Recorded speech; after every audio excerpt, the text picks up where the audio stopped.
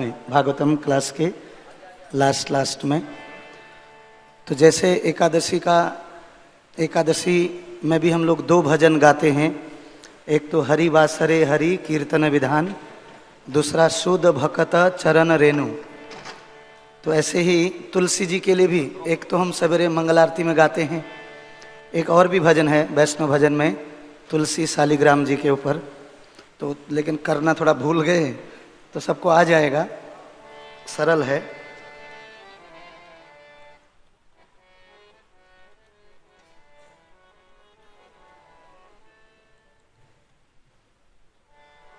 नमो नमः तुलसी महारानी वृंदे महारानी, नमो नमः।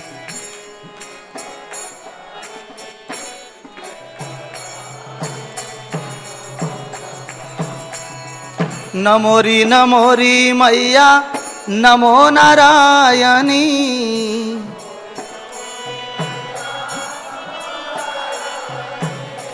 नमोरी मैया नमो नारायणी।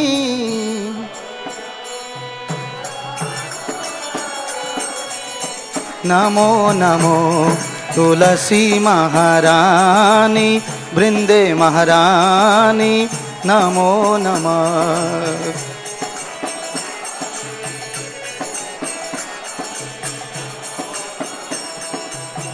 जाको दर से पर से अघनासी, जाको महिमा वेद पुराण बखानी,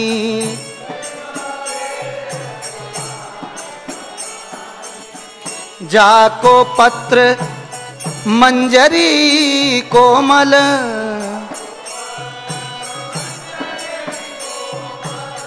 श्रीपति चरण कमल लपटानी।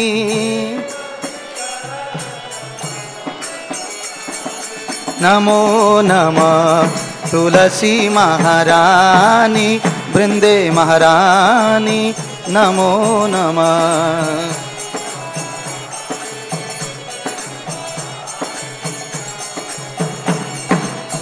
धन्य तुलसी पूर्ण तप किए, धन्य तुलसी श्री शालिग्राम महा पटरानी।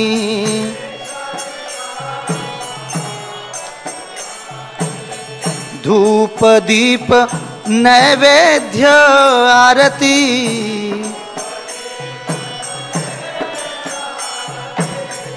फूलन किए बरखा बरखानी।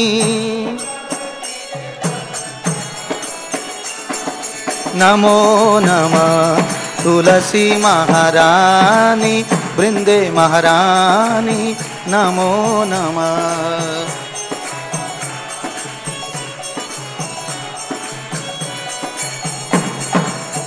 छप्पन भोग 36 व्यंजन,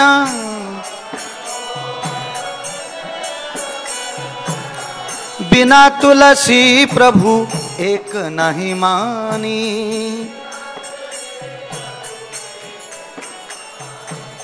शिव शुक नारद और ब्रह्मादिक,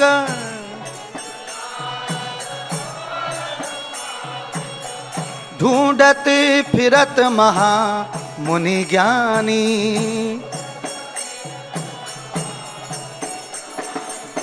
चंद्रशेखर मैया तेरो यश गावे,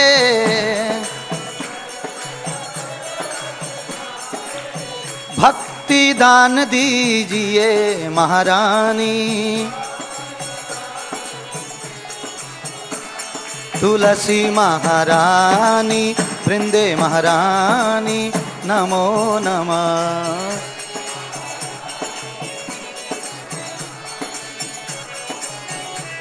जय तुलसी महारानी जय वृंदे देवी, तुलसी महारानी जय वृंदे देवी।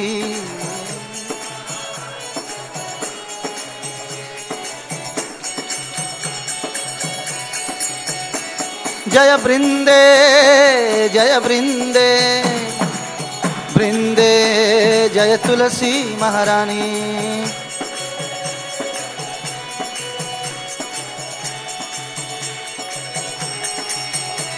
जय राधा पार्थ सारथी गौर निताय, सीताराम लक्ष्मण हनुमान की जय।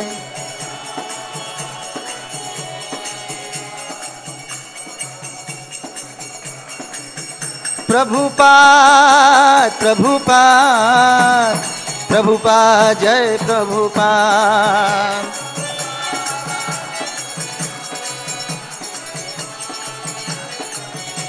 जय जय गुरुदेव गुरुदेव गुरुदेव जय गुरुदेव।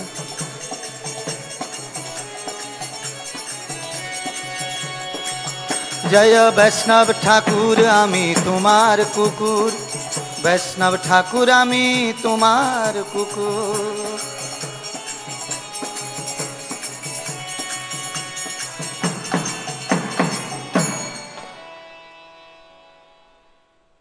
जय ओम विष्णुपाद परमहंस परिव्रजाचार्य अष्टोत्तर सत श्री श्री नित्यलीला प्रविष्ट भय चरणार विंद भक्ति वेदांत स्वामी शिल प्रभुपाद महाराज की जय।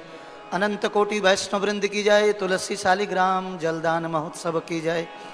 श्रीमती तुलसी महारानी की जय। वृंदे देवी की जय। शील प्रभुपाद की जय। ग्रंथराज श्री श्रीमद् भागवत महापुराण की जय। समवेत भक्त वृंद की जय। निताई गौर Premanand. All glories to the assembled devotees, all glories to Sri Guru and Gaurango। तो इसका अर्थ बाद में एक साथ ही जब तुलसी की 10-15 मिनट महिमा बोलेंगे तभी जो है इसका अर्थ भी पढ़ेंगे। ओम नमो भगवते वासुदेवाय,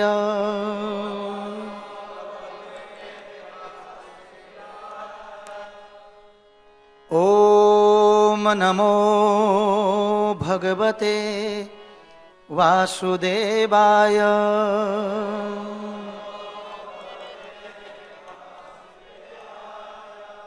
ओम नमो भगवते वासुदेवाय।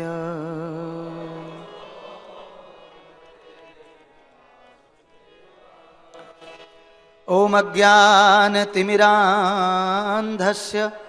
ज्ञानाञ्जनशलाकया चक्षुरुन्मीलितं येन तस्मै श्रीगुरवे नमः। गुरवे गौरचन्द्राय राधिकाय तदालये कृष्णाय कृष्णभक्ताय तद्भक्ताय नमो नमः। नारायणं नमस्कृत्यं नरं चैव नरोत्तमं देवीं सरस्वतीं व्यासं ततो जयमुदीरयेत्। नष्टप्रायेषु अभद्रेषु नित्यं भागवत सेवया भगवती उत्तम श्लोके भक्तिर्भवति नैष्ठिकी।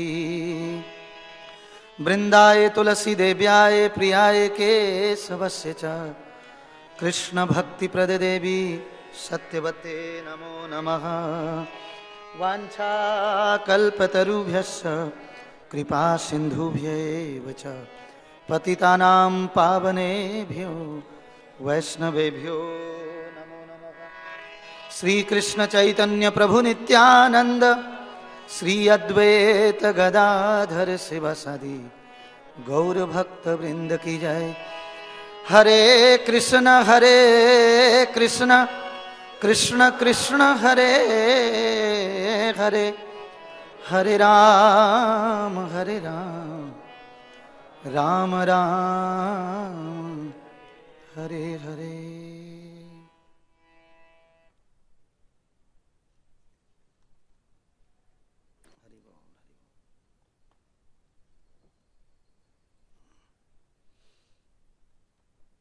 ग्रंथराज श्री श्रीमद् भागवत महापुराण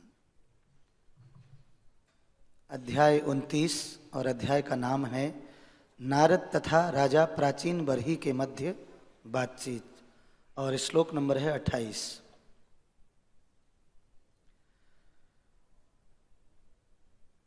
शुक्लात् प्रकाश भूयिष्ठान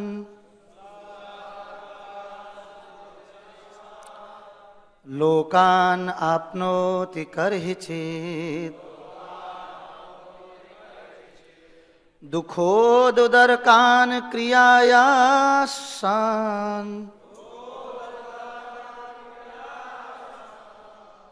तमः शोकोत्कटान क्वचित् शुक्लात् प्रकाश भूयिष्ठान लोकान आपनोति कर्हिचित् दुख उदकान क्रियायासांस तमः शोकोत्कटान क्वचित् शुक्लात् प्रकाश भूयिष्ठान लोकान आपनोति कर्हिचित् दुखोदकान क्रियायामा तमः शोकोत्कटान क्वचित्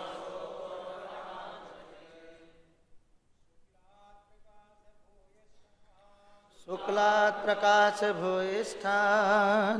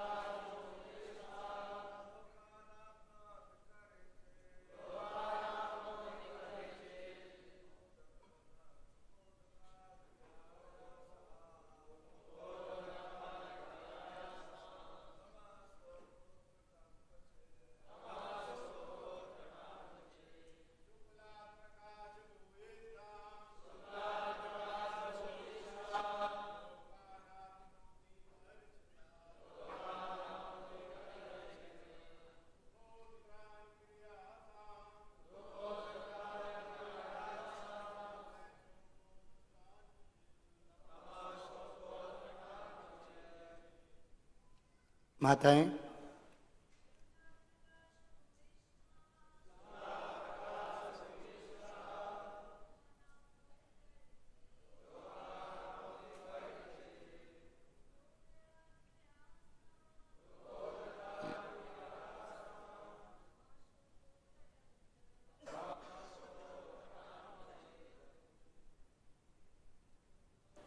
शब्दार्थ शुक्लात् सतोगुण से प्रकाश प्रकाश से भूयिष्ठान गुण संपन्न लोकान लोक आपनोति प्राप्त करता है कर्हिचित् कभी कभी दुख कष्ट उदरकान परिणाम क्रिया आयासान कठिन कार्यों से पूर्ण तमह अंधकार शोक शोक में उत्कटान परिपूर्ण क्वचित कभी कभी।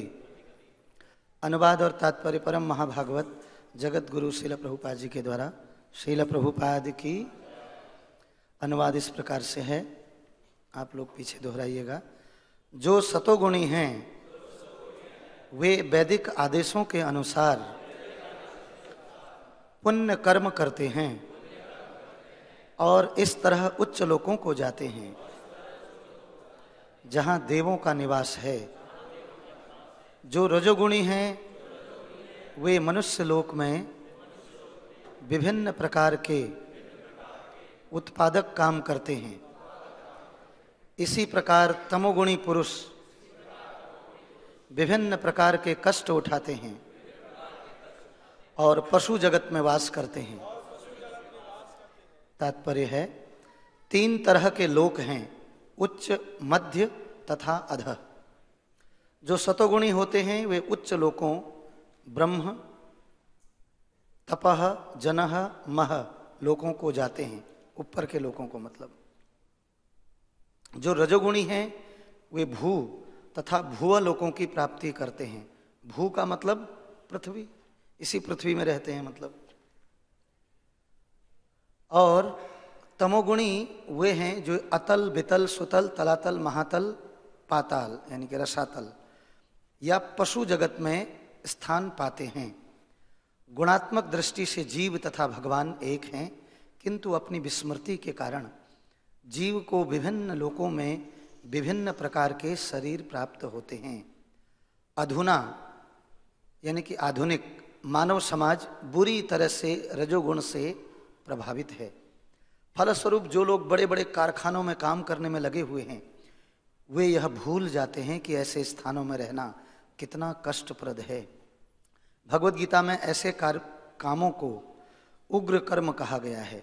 जो लोग श्रमिकों यानी कि लेबर क्लास की शक्ति का उपयोग करते हैं वे पूंजीपति कहलाते हैं, उनको लगाए रखते हैं लेबरिंग में। और वास्तविक काम करने वाले श्रमिक या मजदूर कहलाते हैं। वास्तव में वे दोनों ही पूंजीपति हैं और मजदूर रजोगुणी तथा तमोगुणी दोनों हैं। इसका परिणाम यह है अत्यंत विकट उग्र स्थिति उत्पन्न हो जाती है। ये एक पैराग्राफ से प्रभुपाद जी ने पूरे विश्व में कैसे उग्र स्थिति हुई पड़ी हुई है वो समझा दिया है। तो जितने भी बड़े बड़े टेलीविजन में आने वाले, जिनको हम बड़ा जो औहदे में पोस्ट में हैं, बड़े बड़े संसद भवन में बैठते हैं या बड़े बड़े अपने अपने देशों के अपनी अपनी संसद में बैठते हैं, अगर वो इसको पढ़ लें इतने को तो उनको समझ में आ जाएगा कि हम किस गुण में हैं और किस कारण ये सारे के सारे उथल पुथल हुई पड़ी हुई हैं। भगवान ने संसार बहुत अच्छा बनाया है, लेकिन हम उसको क्या कर देते हैं, इन तीन गुणों के कारण, तीन गुणों में प्रत्येक व्यक्ति, कोई रजोगुण में है, कोई तमोगुण में है, कोई सतोगुण में। जैसे अभी अभी हिज ग्रेस श्रीधाम प्रभु जी को मैं लेके गया था मूलचंद हॉस्पिटल में, वहाँ आयुर्वेदिक डॉक्टर हैं, मैं बहुत समय से दिखाता हूँ।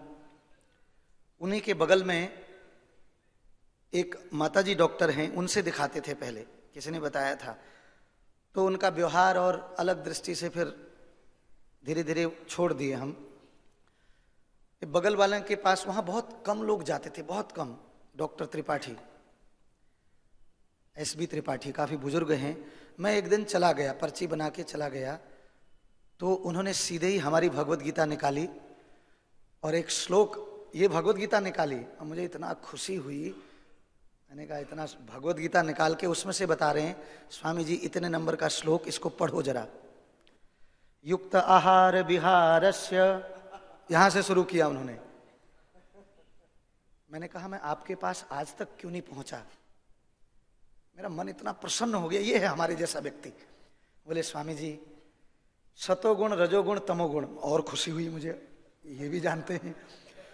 बोले आप खाते हो दवाई तमोगुण वाली, जो लोग मांस खाते हैं, ठीक है कि नहीं, जो लोग मांस खाते हैं वो दवाई आप खाते हो।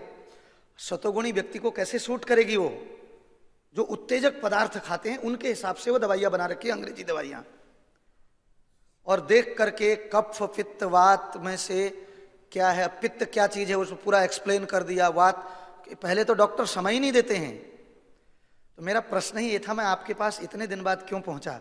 बोले स्वामी जी कुछ कर्मों का दंड था ना, उससे पहले मेरे पास नहीं पहुंचोगे आप, क्योंकि जहां ठीक होना है वहां व्यक्ति, कभी कभी देखा गया है 10 दिन तक अगर बुखार भोगना है तो आदमी भोगता है, वो 11वें दिन दवाई काम करती है। फिर और अच्छा लगा तो वो केवल देखने मात्र से जो दवाई डॉक्टर गोसाई जी, कृष्ण हरि प्रभु जी, एक शालिग्राम प्रभु, कितने कितने, मेरा 6-6 महीने जितना गला वो रहता था, बड़ी जल्दी खराब हो जाता, सर्दी में बड़ी जल्दी सर्दी जुकाम पकड़ जाता था, लेकिन उनकी एक दवाई से और इतना बढ़िया अब गला खराब ही नहीं होता है। इतना अच्छा ज्ञान अगर कभी कहेंगे तो यहाँ पर भी भक्तों के लिए वो आ सकते हैं। और इतना आनंद वो बता करके वो बोलते हैं, पहले आपने कुछ नहीं बताना है, वो हमारा स्थिति बता देंगे, फिर उसके बाद में जो है वो आगे व्यक्त करेंगे।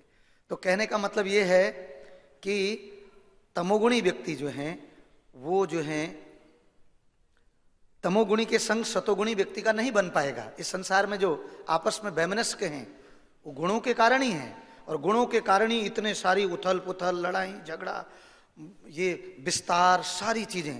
त्रैगुण्य विषया विदा निस्त्रे गुण्यो भवार्जुन निर्द्वंदो नित्य सत्वस्थो निर्योग सेम आत्मवान।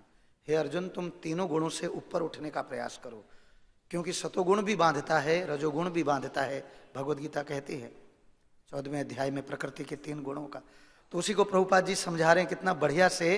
राजा प्राचीन बरही जो है नारद जी से प्रश्न करते हैं कि हे नारद जी, आपने जो ये समझाया वो जिस उपमा से इस शरीर के कार्यकलाप और किस प्रकार जीव जन्म लेता है और बार बार जन्म लेते रहता है, और किस प्रकार से बुद्धि, ये जो इंद्रियां, मन, इनके द्वारा व्यथित होकर के वो संसार में बंध जाता है, उसको बांध दिया जाता है। और इसका कारण है कृष्ण भूलिया जीव। स्पष्ट कर दिया, हम कृष्ण को भूलते हैं तो ये 3 गुण जो हैं, ये भी 3 गुणों की मेरी ही माया है, भगवान बोलते हैं। तो उसमें फिर उनकी ही माया में ये माया हमको क्या करती है, महामाया ठगनी मय जानी, त्रिगुण फांस लिए कर डोलती, बोलती मधुर बाणी। मेरे को बहुत सुंदर एक दृष्टांत जो है याद आ रहा है। एक दफे क्या हुआ, एक हमने कल व्हाट्सएप में भेजा भी था अनेक भक्तों को। एक दफे एक गुरुजी थे, उनको एक सेठ जी ने, यही रजोगुण तमोगुण कैसे स्थिति पता चलती है। एक गुरुजी थे, उनको जो है क्या किए, एक सेठ जी ने अपने यहाँ निमंत्रण में बुलाया है, गुरुदेव एकादशी है और अगले दिन आज जो है द्वादशी है, आप मेरे घर में भोज स्वीकार कीजिए। तो उन्होंने जो है बोला कि मुझे कहीं जाना है, अपने 2 शिष्यों को भेज दिए वहाँ। तो जब शिष्यों को भेजे तो शिष्य लोग वहाँ से भोजन पा करके, प्रसाद पा करके वापस आए। तो एक तो बड़ा प्रसन्न लग रहा था, एक दुखी लग रहा था। तो गुरुजी ने पूछ लिया क्या हुआ ऐसा कि दोनों के स्वागत में कोई कमी हुई। बोले नहीं, दोनों के अच्छे से स्वागत किया। बोले फिर किसी को भोजन में कमी करी, किसी को ज़्यादा किसी को कम? नहीं, वो भी बराबर मात्रा में दिया एकदम बढ़िया से। फिर आसन तो छोटा बड़ा नहीं दे दिया, किसी को तुमको बड़ा आसन दे दिया हो, तुमको छोटा आसन दे दिया हो, इससे दुखी हो? बोले नहीं, इससे भी दुखी नहीं, बराबर आसन दिया। बोले फिर दक्षिणा कम ज़्यादा दे दी होगी? दक्षिणा तो कम ज़्यादा नहीं दी। बोले नहीं, वो भी बराबर दी, 10-10 रुपए दिए। फिर दुखी किस लिए हो? तो जो दुखी शिष्य था वो बोलता है, गुरुजी मैंने सोचा था ये तो सेठ आदमी है, 100 रुपये 500 रुपये देगा शायद, मन में इच्छा लेकर के गया था मैं, लेकिन हुआ क्या, उसने केवल 10 रुपये मेरे हाथ में रख दिए। अपेक्षा से तो बड़ा मेरे को बहुत दुख हुआ एकदम मन में कि इतना सेठ और 10 रुपये। तो सारा भोजन भूल गया मैं, सब क्या खिलाया था अच्छा, तो उसी में मन मेरा चला गया, इसलिए दुखी हूं मैं। अब बोले तुम खुश क्यों हो? बोले गुरुजी मैं पहले से ही मेरे को पता था ये सेठ बड़ा कंजूस है, मैं कोई आशा लेकर के नहीं गया था। मैंने सोचा कि 4 आने 8 आने या 1 रुपये दे दे तो बहुत बड़ी बात हो जाएगी, लेकिन मेरी अपेक्षा से इसने 10 गुना ज्यादा 10 रुपये दे दिए, इसलिए मैं बड़ा प्रसन्न हूं। समझ रहे हैं? तो सतोगुण रजोगुण का चक्कर। तो इस प्रकार से हम अनेक बातों से, किसी ने कुछ कह दिया, कोई हंस गया, किसी ने हिंट कर दिया, तो उसमें हम लोग व्यथित हो जाते हैं, उसने ऐसा क्यों, हमारा भजन चला जाता, मेरा मूड खराब है, मेरे से बात मत करो, ठीक है कि नहीं, मेरे आज माला नहीं कर पाऊं, सीधे सोने चल देता है इंसान। तो ये सब गुणों में ही हम बधे हुए हैं और गुणों के कारण ही ये शरीर जकड़ा हुआ है एकदम पूरा। तो इससे निकालने के लिए राजा प्राचीन बरही को नारद मुनि जी दृष्टांत से, उदाहरण से, कि काल कन्या, चंड बेग, ये जो सारी चीजें, ठीक है कि नहीं, उसको समझा रहे हैं। और ये हमारी अपनी कहानी है, हम सब की, ये हम केवल प्राचीन बरही जी को ना सोचें, मेरी अपनी कहानी है कि मैं किस प्रकार से भगवान से दूर होकर के इस जगत में आया हूं और कितने प्रपंच रचे मैंने, कितनों को दोस्त बनाया, कितने मेरे दुश्मन बने, कितने आगे बना रहा हूं मैं, है नहीं? और उसी के कारण फिर नया शरीर भी हमारा तैयार हो रहा है, हम कहां जाएंगे। तो यहां पर डिक्लेयर कर दिया एक लाइन में कि ऊर्ध्वम गच्छन्ति सत्वस्था मध्ये तिष्ठन्ति राजसः, मतलब जो सतोगुणी व्यक्ति होते हैं वो जो है ऊपर के लोगों को जाते हैं। जैसे यहाँ पर बता रहे हैं प्रभुपाद जी कि तपह लोक, सत्य लोक, जन लोक और महर लोक। लेकिन ये सतोगुणी व्यक्ति के लिए, क्योंकि सतोगुण भी बांधता है। लेकिन भक्त तो ये जनलोक, तपोलोक और ब्रह्मलोक भी नहीं जाना चाहता है। आप ब्रहन भुवना लोक पुनर्आवर्तिनो अर्जुन मामो उपेत्य तु कौन्तेय पुनर्जन्म न विद्यते। ब्रह्मा जी के लोक से लेकर के नीचे के सभी, उनकी आयु भी जो है क्या है, टेम्परेरी है। लोक भी टेम्परेरी हैं, शाश्वत नहीं है। तो सुख शाश्वत कैसे मिल जाएगा?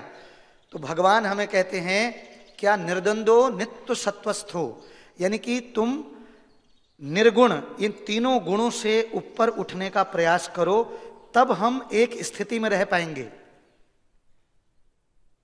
उसके ज्वलंत उदाहरण मैं अनुभव करता हूं। हिज ग्रेस जीता मित्र प्रभु जी मेरे को हृदय में बार बार आता है। जैसे परसों ही ईस्ट गोष्ठी हुई थी प्रचारकों की, किसी की भी, प्रभु जी बैठेंगे इतने शांत ढंग से बैठ के सबकी बातें सुन करके क्या लिखना है उसको लिख करके, और मैं देख रहा हूं, मैं वॉशरूम के लिए गया तो दशरथ, भक्त दशरथ जी के यहीं पर है, उनके पास बैठ करके मिनट्स बना रहे हैं। दूसरा व्यक्ति अगर बैठा होगा 10 दिन बाद भी मिनट नहीं मिलेंगे, वो तुरंत उसी वक्त मिनट बना करके, ये है सतोगुण। मैं उदाहरण इसलिए दिया, हमारे बीच में भी, यानी कि मैं भूल गया, क्या हो गया, मैंने नहीं बनाया, तो पीछे ही पड़ गए, हाथ धो करके उसमें लड़ने लगे। ये सब रजोगुण तमोगुण का, तामसिक बुद्धि, बिल्कुल उसमें कुछ होश ही नहीं आता है, सब एक जैसा है, सब सोए हैं, मंगल आरती में ही नींद आ रही है, क्लास में सारे क्लास, ठीक है कि नहीं। तो तमोगुण जो है अजगर वृत्ति हो जाती है। फिर जैसे पशु होता है ना, पशु, उसको चिंता ही नहीं रहती, मैंने नहाया नहीं नहाया, खाया नहीं खाया, सोया है तो सोया ही है, बैठा है तो माँ कौन है, बहन कौन है, कोई उसको भेद वो नहीं है बस। तो इसलिए ऐसे तमोगुणी व्यक्ति को पशु शरीर क्रिस्टल क्लियर कर दिया। किसको, कौन पशु शरीर में जाने वाला है, वो अपना पशु शरीर तैयार कर रहा है। जो रजोगुणी है, मध्य तिष्ठन्ति राजसा, वो इसी संसार में उत्पादन, वो नई नई कंपनियां खोलते रहते हैं, नए नए हम ये खेती करेंगे, आहा कितना सुंदर मनोरम, बिल्कुल यहाँ पर झरना हो और वहाँ पर जो है नदी बह रही हो, ऐसे ऐसी जगह में घर हो, प्रेम की गली में एक सुंदर सा घर हो, ठीक है कि नहीं। कांटे मिले नहीं, मैं पता नहीं किससे कलियों से सजाएंगे, कहाँ सजने वाला है वो केवल शुरू शुरू में ही ये सब प्रेम की गली याद रहती है। 6 महीने बाद ऐसी लड़ाइयाँ होने लगती, जब व्यवहार टकराता है तो फिर आदमी सोचता है मैंने किया ही क्यों ये। पहले पहले हाथ जोड़ करके आएंगी माया देवी, आहा ऐसा दंडवत, प्रभु जी आपके जैसा प्रवचन किसी कोई नहीं देता है, इतना सुंदर प्रवचन, ओहो मैं तो महाराजों का भी नहीं सुना, क्या गाते हैं आप, आहा हा हा। आप ही गाया करें ना सारे दिन, हम दूसरे को सुनना नहीं चाहते हैं, ऐसा दंडवत। और जब एक दफे फंस गए, शादी हो गई, फिर कभी दंडवत नहीं करेंगे, वही कभी भी दंडवत नहीं करेंगे पूरी जिंदगी में,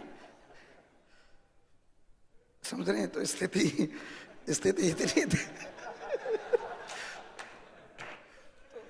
ये संसार है, ये भुगता हुआ, हम लोग भुगते हुए लोग हैं, भुक्त भोगी, ये आपको अनुभव बता रहे हैं। इसीलिए ब्रह्मचारियों की भी क्लास, ऐसा नहीं कि महाराज लोग आएंगे तभी लेंगे, कभी कभी हम लोगों को ही बुलाना चाहिए। हमारे मनों में पता है कि ये गृहस्थ है, ये वो है, अरे भाई भक्त है, आगे कौन क्या रहेगा, किसकी क्या स्थिति है। तो जो अनुभव व्यक्त करेंगे उससे आप कभी जीवन में सीख जाएंगे बहुत बहुत कुछ। बड़े सारे मन, जब तक रजोगुण और सतोगुण, ये तीनों गुणों में कभी ये गुण है तो वैसा माइंड रहता है, कभी वो गुण है, इसके कारण ही मनो, हम दूसरे को हम सोचते हैं ये मेरा दुश्मन है, ये मेरा ऐसा नहीं, सारा सतोगुण रजोगुण और तमोगुण का। कैसे व्यक्ति के संग बैठ रहे हैं, क्या कर रहे हैं, क्या नहीं कर रहे, वो सारा प्रभाव करता है, क्या प्रसाद पा रहे हैं हम, वैसी चेतना बनती है। जैसा जैसा सुनते हो, जैसा जैसा देखते हो, वैसा वैसा सोचते हो, जैसा सोचते हो फिर वैसा करते हो, जैसा करते हो वैसा फिर हमें परिणाम उसका फल और दंड मिलता है। तो इस प्रकार से बहुत ही सुंदर प्रभुपाद जी समझा रहे हैं इस श्लोक का तात्पर्य में कि कैसे पूरा संसार उग्र कर्म मतलब, क्योंकि जो रजोगुणी है वो केवल संसार का विकास विकास विकास विकास। कौन सा विकास हो रहा है? ये जो कथा बताई आपको, हम बोलते हैं ये हमने ये सुंदर पुल बनाए, हमने ये बनाए, लेकिन न तो चरित्र का विकास हुआ, ना व्यवहार का विकास हुआ, ना संस्कारों का विकास हुआ। ठीक है कि नहीं? कैसे बोलना चाहिए, छोटा कौन है बड़ा कौन है। मैंने देखा आजकल के हाईली एजुकेटेड पर्सन, पीएचडी प्राप्त व्यक्ति भी पहले के अनपढ़ से कम है। अनपढ़ का जो व्यवहार है ना पहले का, वो अगर देखेगा अपना से बड़ा है तुरंत सीट दे देगा, 1 मिनट में उठ जाएगा। उसको शर्म भी नहीं आएगी इतनी सी भी कि मैं उठा क्यों, उसको फक्र होगा कि मैं उठा। तो मैं मानूंगा वो ज्यादा पढ़ा लिखा है। फिर ये पढ़ने लिखने से क्या है, बिल्कुल अल्प विद्या भयंकरी। यस नो और वेरी गुड सीख लिया और उसको बोल करके आदमी भूल गया। जैसे वो एक कौन थे, एक व्यक्ति,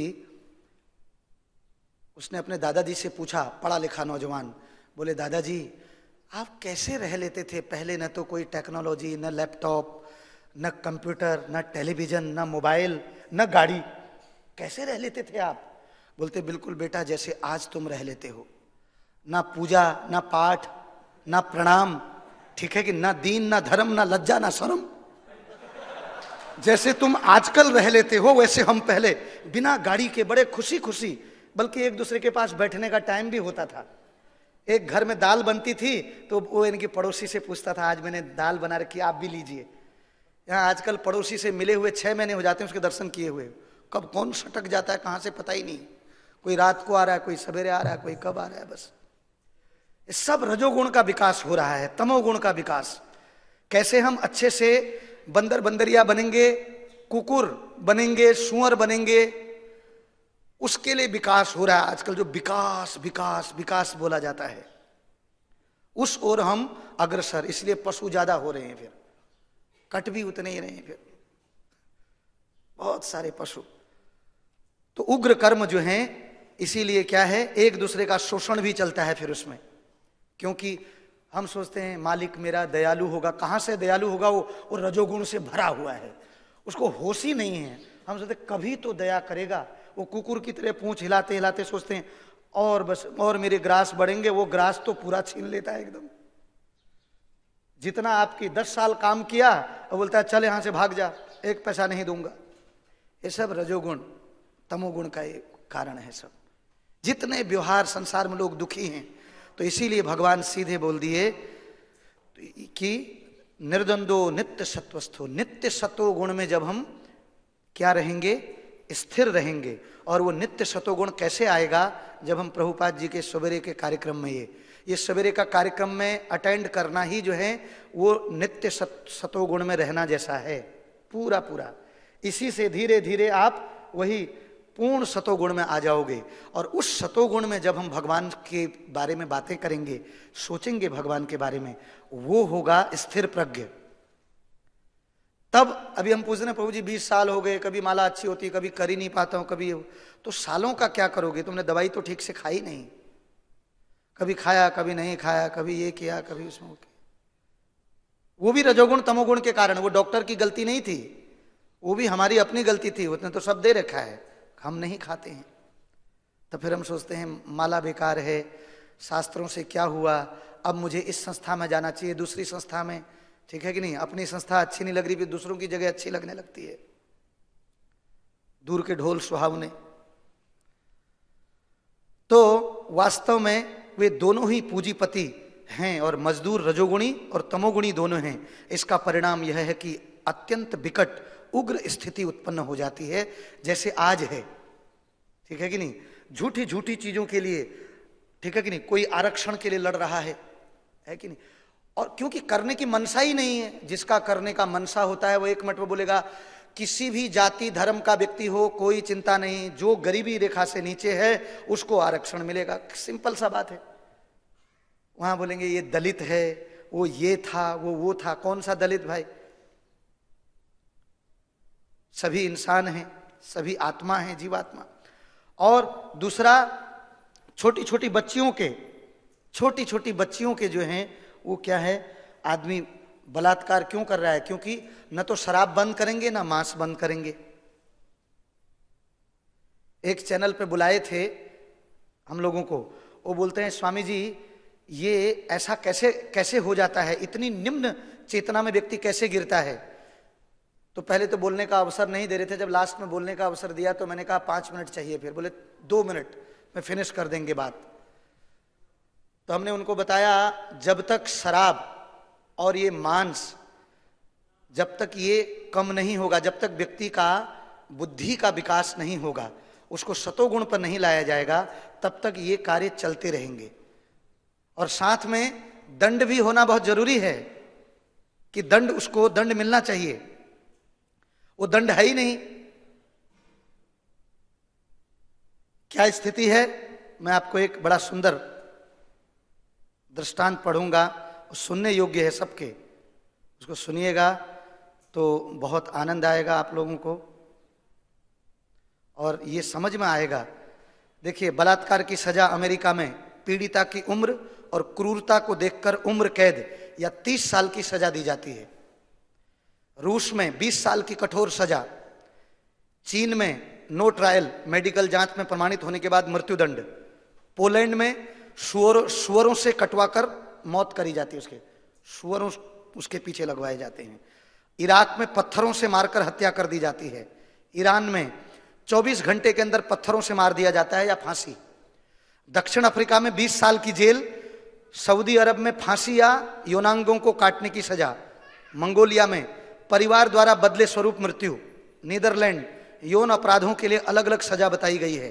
कतर हाथ पैर यौनांग काटकर पत्थर मारकर हत्या की जाती है।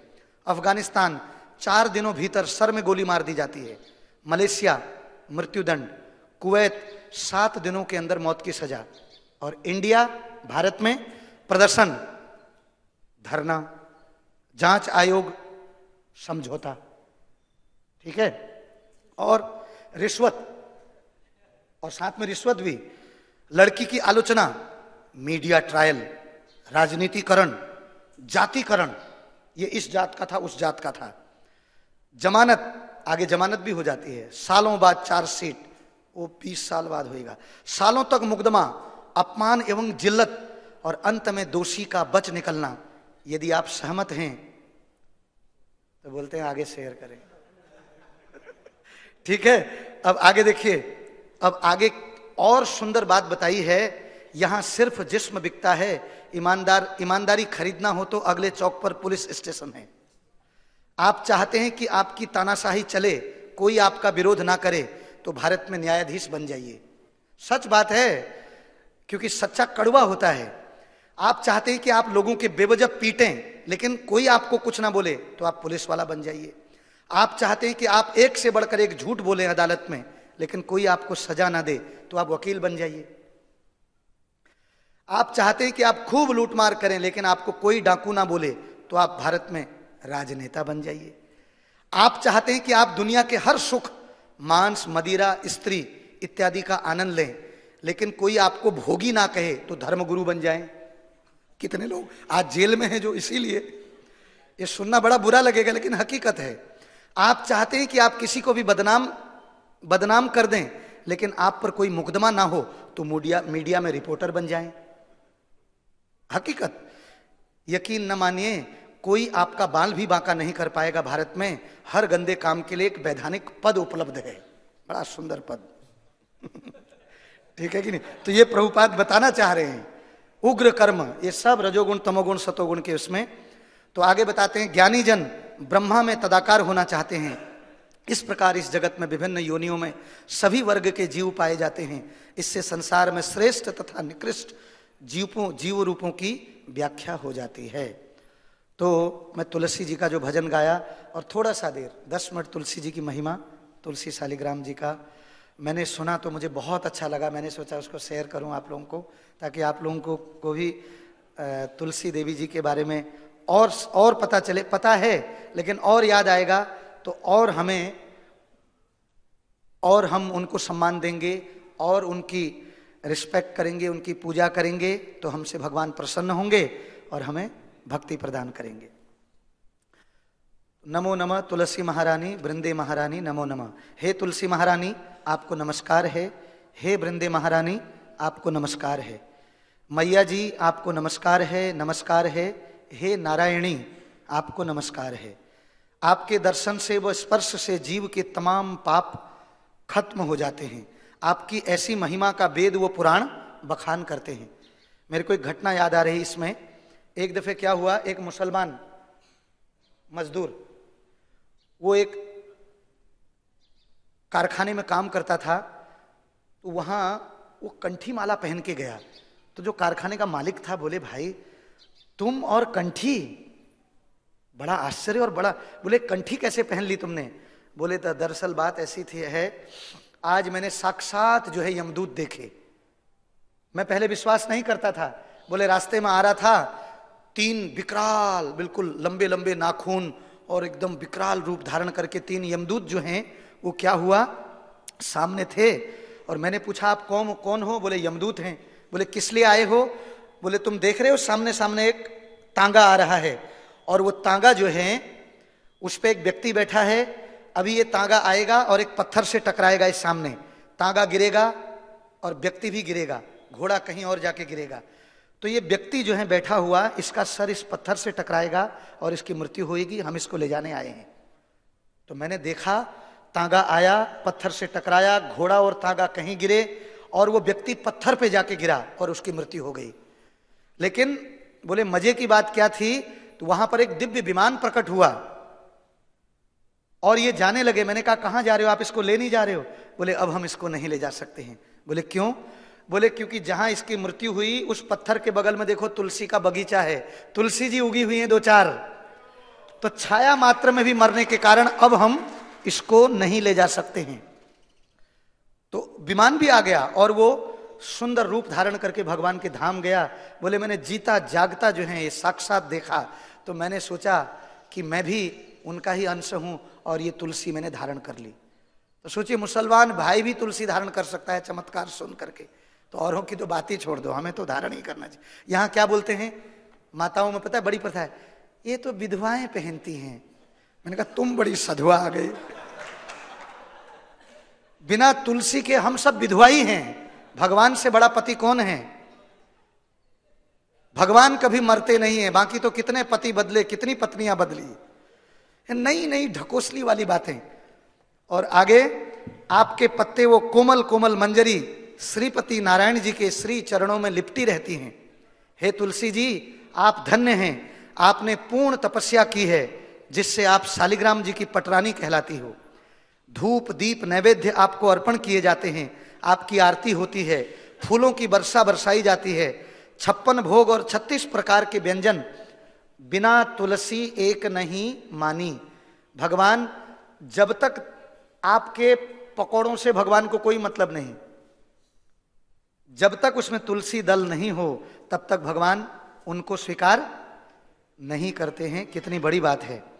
तो इसीलिए बताते हैं शिव जी, सुखदेव जी, नारद जी और ब्रह्मा जी जो महामुनि ज्ञानी हैं वो आपको ढूंढते फिरते रहते हैं, आप कहां मिलेंगी। इसीलिए हमारे भारतवर्ष में तुलसी महारानी जी को घर के आंगन में घर घर तुलसी ठाकुर पूजा दर्शन गोविंद जी को, ये भारत की प्रथा है। बीच में ऊपर रखा जाता है तुलसी जी को, इतना मान सम्मान, और तुलसी जी की परिक्रमा करते हैं। तो जो भक्त हैं चंद्रशेखर जी बोलते हैं हे मैया मैं आपका यशोगान करता हूं, हे महारानी आप मुझे भक्ति दान कीजिए। अब दूसरी पद्म स्कंद पुराण और पद्म पुराण से महिमा, कोई भी घर जहां तुलसी का पौधा है वह तीर्थ स्थल है और कोई भी बीमारी वहां पर प्रवेश नहीं कर सकती है। यमदूत या यमराज वहां प्रवेश नहीं कर सकते। अब कोई सोचेगा प्रभु जी मेरे घर में तो तुलसी है फिर भी मैं बीमार पड़ रहा हूं, खांसी आई थी। भैया वो आपके उल्टे कर्मों के कारण आई है। रात को केला खाया, रात को दही खाया, कब क्या खाना चाहिए वही पता नहीं है। भारत में सबसे बड़ी प्रॉब्लम यह है कि खाने की बहुत सारी आइटमें हैं लेकिन कब क्या खाना चाहिए वही पता नहीं है। यह भी एक नॉलेज है। उससे भी अपच हो जाता है, उससे वात बढ़ जाता है, वायु बढ़ जाती है, कभी गैस बढ़ती, सारा का सारा फंक्शन पेट से है। अब कभी डॉक्टर लोग इतना सुंदर वो बोलते हैं, प्रभु जी अब जैसे किसी ने एक मैसेज आया गर्म पानी पीना चाहिए, उसने शेयर कर दिया, बोले जब मई और जून का महीना हो उस वक्त ये इतना गर्म नहीं पीना चाहिए, क्योंकि 35 डिग्री से 28 डिग्री जितना तापमान है उस वक्त नॉर्मल पीना चाहिए, वो अपने आप उतना गर्म हुए रहता है। अब वो गर्म पी लिया, फिर बोले डॉक्टर साहब मेरे को तो ये हो गया, क्योंकि मई जून का महीना है। तो ये पता होना चाहिए ठंडी के समय में फिर कितना गर्म पीना है, या ठंडा पीना है कि नहीं, कितना ठंडा पीना है, उसको कितना बराबर करना है। तो अगर बीमारी आ रही है तो उसका कारण हम हैं, हमारा अव्यवस्थित जीवन है, या तो ज्यादा सो रहे हैं या कम सो रहे हैं, या ज्यादा खा रहे हैं या कम खा रहे हैं, आहार व्यवहार सब चीज वो क्या हो गया है, बेढंगा हो गया है, उसके कारण, तुलसी जी के कारण नहीं। तुलसी जी के कारण तो उस घर में कभी यमराज प्रवेश नहीं करेंगे। बता रखा है हवा द्वारा जहां कहीं भी तुलसी की सुगंध जाती है वहां का वातावरण शुद्ध हो जाता है। 4 कुमार जो हैं वो भगवान के साकार रूप को, मतलब ज्ञानी भक्त थे, लेकिन हुआ क्या, ज्यों ही उनके नथुनों से भगवान के चरण कमलों की सुगंधी तुलसी युक्त गई, तुरंत भक्त बन गए, उन्हें भगवान का साक्षात्कार हो गया, इमीडिएट। ये हैं तुलसी महारानी, ऐसी हैं। तो आगे बोलते हैं कि पशुओं को भी उनकी पाशविक प्रवृत्तियों से मुक्त कर देती है। अगर पशु भी सूंघ ले, आपने देखा कोई भी पशु तुलसी के पौधे को ऐसे नहीं पाता है, उसको खाता नहीं है, लेकिन उसकी भी सुगंधी हवा से अगर उनके मुख में आ जाएगी तो वो भी जो है शुद्ध होने लग जाते हैं। जिस किसी गांव में या घर में तुलसी उगती है वहां तीनों लोकों के स्वामी विष्णु निवास करते हैं। ऐसे घर में कोई भी गरीबी, बीमारी या निकट संबंधियों से विरह की पीड़ा नहीं होती है। पद्म पुराण उत्तरखंड। वेदों में बता रखा है, वेद जो हैं वो तुलसी जी के पत्ते में निवास करते हैं। विष्णु जी भी साक्षात टहनियों में देवी देवता, और तुलसी जी की जड़ पे जहां पर हम क्या करते हैं, जल डाल करके ऐसे वहां की रज को अपने यहां लगाते हैं, उस रज में लक्ष्मी जी वास करती हैं। छाया में भी, तो इसलिए छाया में भी पैर नहीं रखने चाहिए, बता रखा है, थोड़ा दूर से। और तुलसी जी के साथ में बैठ करके जप करने का मतलब है भगवान तुलसी, देखो एक तो तुलसी माला, हमारी माला भी भगवान स्वीकार करते हैं तुलसी दल से, जब तुलसी में हम करते हैं और ज्यादा भगवान प्रसन्न होते हैं। फिर गले में हम भगवान का पट्टा लगाते हैं, इससे हम अपने शरीर को भगवान को अर्पित करते हैं। मन वाणी कर्म सभी चीज भगवान बोलते हैं, कोई भी पूजा तुलसी दल के बिना, ठाकुर जी की पूजा, कृष्ण की पूजा, भगवान बोलते हैं मैं स्वीकार नहीं करता हूं। किसी भी टाइप की पूजा कर लीजिए आप, कोई भी यज्ञ कर लीजिए, बिना तुलसी एक नहीं मानी। केवल 56 भोग ही नहीं, इतना महत्व दिया है भगवान ने तुलसी जी को। तो आगे सावधानियां तुलसी देवी जी की आराधना के लाभ। तुलसी सभी भक्तिमय क्रियाओं का सार है, इसीलिए इनका नाम है भक्ति सार। तुलसी देवी जी का एक नाम है भक्ति सार। और तुलसी का क्या अर्थ है, जिनकी तुलना नहीं की जा सकती अन्य किसी भी वृक्ष या पेड़ से, तुलना रहित, उसको तुलसी कहा जाता है। और पुष्पसार एक और है, इनके जो मंजरी, इसको पुष्पसार कहा गया है। पुष्पसार का मतलब अगर आप गंध माला बढ़िया फूलों से भगवान का, तो बता रखा है सारे पुष्पों से, इन सारे फूलों की माला एक साइड और तुलसी जी की माला एक साइड, भगवान तुलसी जी में क्या हो जाएंगे, भगवान का सर क्या हो जाता है, झुक जाता है। इसलिए पुष्प सार, सारे फूलों का क्या है, तुलसी मैया सार हैं। तुलसी देवी जी की पत्तियां, फूल, उनका मूल, शाखाएं, तना, छाया सभी आध्यात्मिक हैं। और जो कोई भी इनके पत्ते, टहनियां, छाया, मूल, शाखा, जड़, इन सब इस एक तुलसी महारानी में जितने भी पत्ते हैं, जितनी टहनियां हैं, जिनकी वो व्यक्ति सेवा कर रहा है, उसके उतने पूर्वजों का उद्धार हो जाता है, उनको भक्ति प्राप्त हो जाती है, बता रखा है। आप सोच सकते हैं, भागवत में त्रिसप्त भी बता रखा है कि 21 पीढ़ियों का उद्धार होता है, लेकिन तुलसी देवी जी की महिमा क्या है।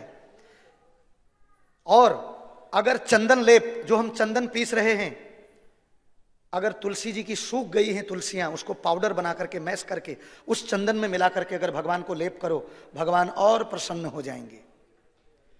तुलसी देवी जी कभी भी वो नहीं हो जाती हैं। इसीलिए मृत्यु के समय व्यक्ति के दाहिने और बाएं कंधे पर तुलसी जी की सूखी लकड़ियों को रख करके उसको जो है हरिनाम बोलते हुए शरीर को जलाना चाहिए। सीधे जितने भी बुरे कर्म हैं उसको बेल मिल जाती है सीधा ही, वो नरक को देख भी नहीं पाता है उससे पहले ही वो, क्योंकि यहां तुलसी रखी वहां बेल मिली। इतनी बड़ी अप्रोच, और कितना बड़ा डायरेक्ट राष्ट्रपति से अप्रोच हो गई एकदम। ये बेल है, एकदम सीधा बेल। ये है हमारा भारतवर्ष। इसलिए बोलते हैं अंत समय में तुलसी जी का दल लाओ, भगवत गीता पढ़ो। इसलिए नहीं कहते हैं, उसका महत्व है हर चीज का। तो जो कोई भी तुलसी मंजरी भगवान श्री कृष्ण को अर्पित करता है उसे सभी प्रकार के फूल अर्पित करने का लाभ प्राप्त होता है। वह भगवान श्री कृष्ण के धाम वापस जा सकता है। भारत में हम कितने ही गरीब क्यों ना, फूल खरीदने के लिए पैसा ना हो, फल खरीदने के लिए पैसा ना हो, 2 तुलसी के दल तोड़ करके एक डोने में रख करके हम भगवान को ला नहीं सकते हैं? हर दिन भगवान के पास आना चाहिए तुलसी दल। पुजारी जी को बोल के उनको चरणों में लगा दीजिए।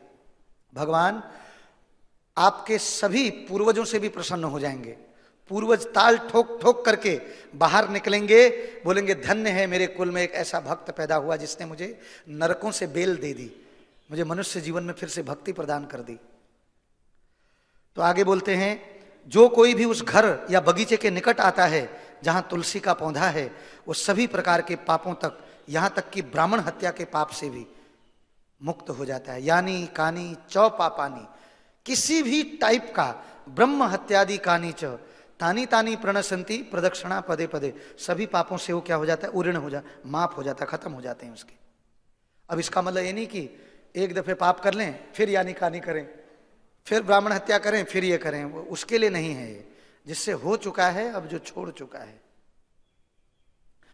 तो आगे, जिस किसी भी घर में, शहर या वन में तुलसी देवी हैं, वहां भगवान श्री कृष्ण अत्यधिक प्रसन्नता के साथ निवास करते हैं। वह घर जहां तुलसी देवी निवास करती है, सारे के सारे तीर्थ स्थलों से भी अधिक पवित्र बन जाता है।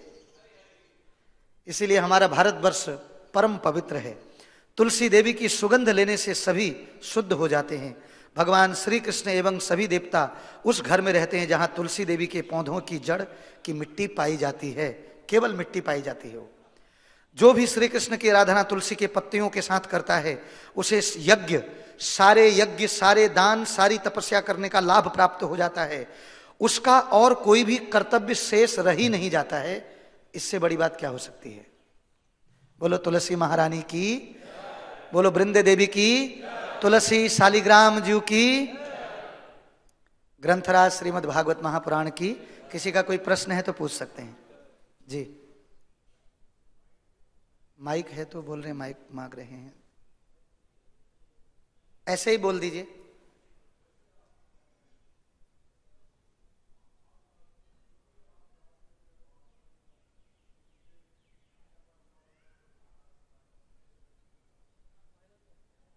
फायदा क्या होगा ना, किसी ने पूछा, पहले इसका उत्तर दे दूं फिर दूसरा पूछना है।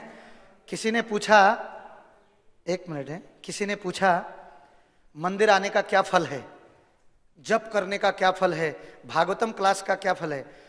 मंदिर में पहुंच गए, इससे बड़ा कोई फल है? सबसे बड़ा फल वही है कि मंदिर पहुंच गए। किसी ने बोला भगवान के पास जाकर के क्या मांगना चाहिए, बोले भगवान के पास जाकर के भगवान को मांग लो, उनसे बड़ी कोई वस्तु है ही नहीं। यही फल है भैया। भागवत क्लास में बैठ के भागवतम का क्या फल है, बोले यही फल है कि हम सतोगुण में आ गए, हमें होश आ गया कि हमें सुनना चाहिए, हमें तुलसी जी की महिमा पता चल गई, अब इस चीज को करने लग जाएंगे। यही फल है सारा का सारा। ठीक है, और कोई? प्रभु जी बोल रहे हैं हिज ग्रेस मोहन रूपा प्रभु कि बैठने का मौका मिल रहा है, ये हमारा नसीब है। हैं? समझा नहीं पूजी, आगे वाले बताओ क्या बोल रहे हैं? अच्छा नेक्स्ट क्वेश्चन, ठीक है, अभी बाद में पूछ लेना है। Next question. जी प्रभु जी। जी जी। गंगा में स्नान करने से सारे पाप, जी हाँ। हैं? जी, क्वेश्चन क्या है फिर? बाद में पाप करने हैं तो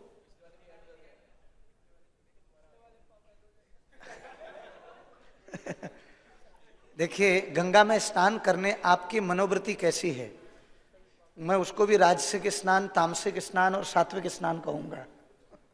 आपकी मनोवृत्ति कैसी है? गंगा में स्नान किस उद्देश्य के लिए? क्या आप इसलिए वहां पर स्नान कर रहे हो कि मैं और पाप कर सकूं, बाहर आके फिर से हाथी की तरह धूल छिड़क लूं, तो फिर कोई पाप वो नहीं होगा और दंड मिलेगा बल्कि, ठीक है कि नहीं? लेकिन स्नान करने से फिर भी फायदा होता है। तमोगुणी व्यक्ति भी स्नान करता है तो कहीं ना कहीं उसको पुण्य लाभ होता है, कुछ देर के लिए भी चेतना शुद्ध होती है, उस चीज का कुछ ना कुछ फल है। लेकिन अगर शुद्ध ढंग से स्नान करोगे भक्ति प्राप्त करने के लिए, तब जो है उसमें से फिर गंगा जी पाप भी लेती हैं। यहां तक बता रखा है जो शुद्ध साधुगण हैं वो तो गंगा में स्नान करने इसलिए जाते हैं कि गंगा जी अनेक लोगों का पाप जो है लिए रहती है, वो स्नान करते हैं उनका पाप लेने के लिए, वो जो पाप लिए हैं उनको वो करने के लिए। इसलिए गंगा जी भी प्रसन्न रहती हैं साधुओं के स्नान करने से, इतनी प्रसन्न रहती हैं वो कि देखो मेरे में तो दिन रात लोग अपने पापी छोड़ के जाते हैं, ये मेरे में जो छोड़ के गए उनको भी ले लेते हैं। गंगा रव परसो हईले पश्चात पावन, दर्शने पवित्र करो यही तुम्हारा गुण। गंगा जी में तो स्नान करने के बाद पाप दूर होते हैं, लेकिन आपके तो दर्शन मात्र से पाप दूर हो जाते हैं। और गंगा जी में स्नान करने के बाद अंदर की प्रवृत्ति खत्म नहीं होती, लेकिन अगर साधु का संग करोगे तो अंदर की जो कूट बीज ये सब करने की जितना भी है प्रारब्ध वारब्ध सब खत्म हो जाएंगे। धीरे धीरे आप शुद्ध फिर पापी नहीं करोगे, ठीक है? और जी जी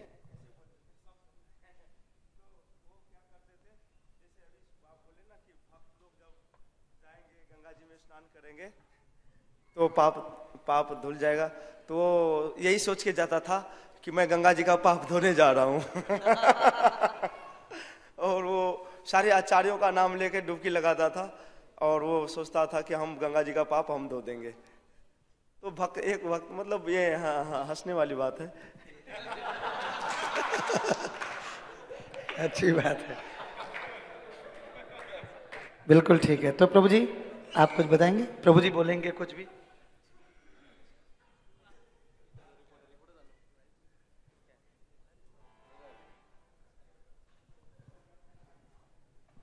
हरे कृष्णा, धन्यवाद।